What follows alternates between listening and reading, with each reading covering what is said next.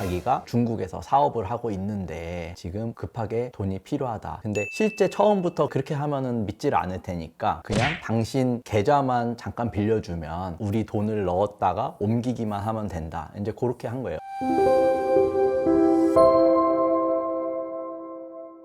오늘 말씀드릴 사건은 사기 피해를 당해서 개인회생을 진행하셨던 케이스인데 로맨스 스캠이라고 하죠. 최근에 이제 로맨스 스캠 사기를 당하시는 분들 늘어나고 있는 것 같은데, 로맨스 스캠이라는 거는 SNS라든지 메신저를 이용해서 친분 관계를 형성을 하고 친분 관계에 기해서 조금씩 이제 돈을 요구하는 사례로 볼 수 있는데, 이분 같은 경우는 2022년도에 저희 사무실에 직접 방문하셔서 저하고 상담을 하고 사건을 진행했던 케이스여서 제가 좀 유독 기억에 많이 남습니다. 2022년 당시에는 우리 나이로 22살, 23살 정도셨죠. 그러니까 굉장히 그 연령대 분이 개인회생을 하는 경우는 거의 없었기 때문에 저도 좀 유독 기억에 남았어요. 이분 상황이 좀 안타까웠던 건 뭐냐면, 고등학교 졸업하시고 바로 이제 취업을 하셔서 몇 년 동안 그래도 일을 하셨겠죠. 일을 하면서 어디에 가서 친구들을 만나고 이런 것도 이제 여의치 않다 보니까 사람을 교류할 수 있는 어플을 이제 설치를 해서 그렇게 이제 연락을 주고받은 거죠. 처음에는 메신저를 통한 남자분이 자기가 중국에서 사업을 하고 있는데 지금 급하게 돈이 필요하다. 근데 실제 처음부터 그렇게 하면은 믿지를 않을 테니까 그냥 당신 계좌만 잠깐 빌려주면 우리 돈을 넣었다가 옮기기만 하면 된다. 이제 그렇게 한 거예요. 그래서 이제 처음에 계좌번호만 알려주고 거기에 이제 남자분이 돈을 얼마 넣어요. 그거는 내가 알려주는 계좌로 옮겨달라. 이렇게 해서 이제 실제로 이분은 그냥 계좌만 빌려주고 이렇게 협조를 해주니까 어느 정도 뭐 신뢰는 또 쌓였겠죠. 그 과정에서. 그때서야 본색을 드러내면서 근데 계좌가 갑자기 묶였다. 그러니 당신이 얼마만 잠깐 넣어주면 우리가 돈을 바로 찾아가지고 바로 주겠다. 이런 과정들을 몇 번을 더 반복을 합니다. 그리고 나서 뭐 이분이 수중에 한 몇 천만 원 정도 있었는데 그 돈을 그런 식으로 이제 빌려가기 시작합니다. 친분 관계를 점점 쌓은 다음에. 그리고 나서 이제 돈을 다시 돌려줘야 되는데 계좌가 더 묶였기 때문에 추가로 얼마를 더 입금을 해서 이 계좌 자체가 이제 문제가 없다라는 거, 얼마 이상 들어있다라는 거를 인증을 하면 그때 모든 돈을 다 타져서 이제 돌려줄 수 있다라고 얘기를 해요. 근데 이분 같은 경우는 이상하다고 그때선 생각을 했지만 이미 여기에 들어간 돈이 너무 많다 보니까 이 돈을 다시 찾으려니 다시 얼마든 대출을 받아가지고 여기에 이제 계속 보내는 거예요. 기존에 내가 들어간 돈을 이 돈을 안 보내면 못 받는다는 생각 때문에, 잃을 수밖에 없다는 생각 때문에 계속 이제 그 행위들이 반복됐고, 있는 돈 없는 돈 다 끌어서 대출까지 받아서 지급한 금액이 한 1억 원이 넘는 상황이 되어버렸다.